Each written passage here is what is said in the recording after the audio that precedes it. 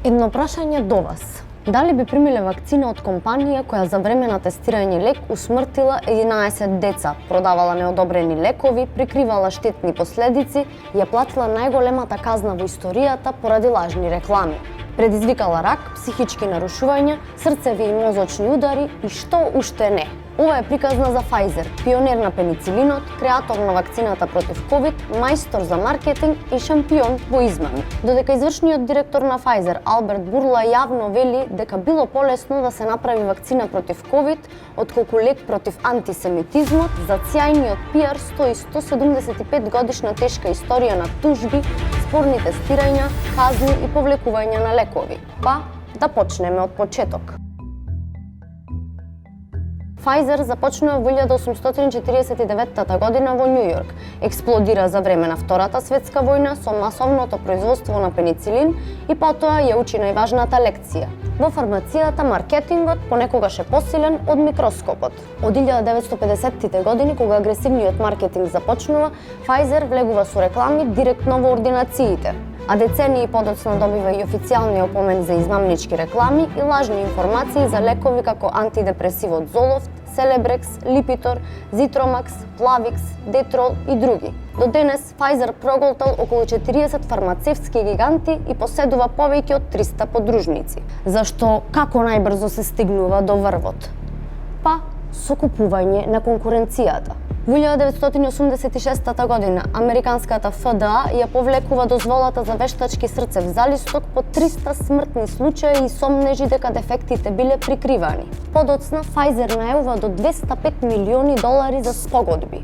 Плаќа милиони поради лажење на регулаторите и дополнителни 9 милиони за програми во ветеранските болници. За лекот Резулин, кој е повлечен поради тешки оштетувања на црниот дроб, смрт на пациенти и трансплантации, до 2009 година Pfizer реши повеќе од 35.000 тужби. Во 2004 година истата подружница Warner Lambert заедно со Pfizer прифати да плати $430 милиони поради обвинување дека им давала подкуп на лекари да го препишуваат лекот против епилепсија, Neurontin, на пациенти за состојби за кои не бил одобрен, како и дека манипулирала со објавување научни студии да ја поддржи неговата употреба. И, како тоа да не било доволно да ја научат лекцијата, во 2010 и 2014 година Pfizer повторно плаќа стотици милиони долари за истиот лек поради продажба за неодобрена намена. Тука се и аналгетиците Селебрекс и Бекстра, за кои се тврдеше дека предизвикале срцеви и мозочни удари кај корисниците, а 2009 рекорд над сите рекорди за нелегален маркетинг. Pfizer has agreed to pay $2.3 billion, the largest healthcare fraud settlement in the history of the Department of Justice. За Pfizer тоа е сума помала од 3 недели продажба. Замислете до каде оди сето тоа кога Pfizer во 2010-та и самиот објави дека платил $35 милиони на околу 4500 лекари и други медицински експерти и центри, накратко за да лобираат во име на компанијата. А евеа, според мене, најтажната приказна. За време на најтешката епидемија на менингитис во Африка 1996 година, Pfizer во Нигерија го тестираше лекот Трован на 200 деца. Од 100 деца што го примиле Трован, 5 починале, а преживеаните имале оштетување на црниот дроб и трајни последици. Во контролната група која добивала стандарден антибиотик починале 6 деца, а семејствата тврделе дека дозата била намерно намалена за Трован да изгледа поефикасен. Why these people should take our children like guinea pigs, to be treated with something that they are not sure of. По серија тужби од родителите и од државата Кано, во 2009 година беше постигната спогодба. $75 милиони за државата Кано и по $175,000 за 4 семејства на починатите деца.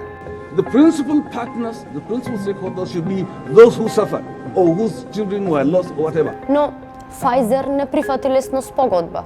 Има и дополнителен скандал. One of the cables reveals that the pharmaceutical giant Pfizer hired investigators to dig up dirt on Nigeria's former attorney general last year in an effort to pressure him to drop a $6 billion lawsuit against the company. И уште не сме готови со скандалите. За Champix, лек за откажување од пушење, следеа илјадници тужби поради суицидални и хомицидални мисли, како и тешки психички нарушувања. постојат и стотици тужби околу тестостеронските препарати, со сомнежи дека го зголемуваат ризикот од инфаркт, мозочен удар и тромбози. You can't avoid the commercials selling a treatment for low T. But today, the FDA issued a new warning about the risk of life-threatening side effects from these drugs. Во 2012 година следеше испогодба од $1 милиарда за лекот Премпро, кој предизвикал рак на дојка, а тука се и повеќе од 1300 тужби поднесени во САД во име на жени кои развиле тумори на мозокот по употреба на контрацептивната инекција Депо-Провера од оваа компанија, а не биле предупредени. А сега и она, пошто повеќето од вас го знаат Pfizer, вакцината против COVID. COVID му донесе рекордни приходи на Pfizer, но и нови судски спорови ширум светот.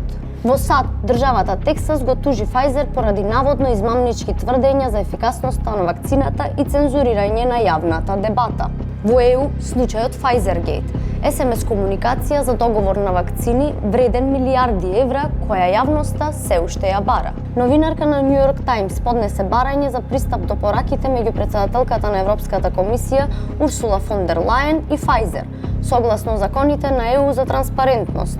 Комисијата го одби барањето, тврдејќи дека тие пораки не ги поседува. И еколошкото досие е исто така подолго. Од истурање индустријски отпад во море, преку загадување на воздухот, до бројни прекршоци и казни и ден денес. Тука се поплаките на вработените за пензии, неисполнети ветување за вработување, како и заразување меѓу персоналот. И како шлак на тортата, врските со Израел. Без да ги набројуваме проектите и соработките со оваа држава, која со децении спроведува окупација и геноцид врз палестинците, доволно е да видиме кој е всушност извршниот директор на Pfizer, Алберт Бурла. Today things are not like many years ago because we have Israel. And Israel is a safe harbor for us, and it is something that we need to make sure that we support and protect, because this is the best guarantee that we have right now in the world that we can avoid a new Holocaust. Прашањето не е дали Pfizer создава важни лекови и дали лечи луѓе. Прашањето е по која цена, за кого и кој плаќа кога маркетингот ја престигнува етиката.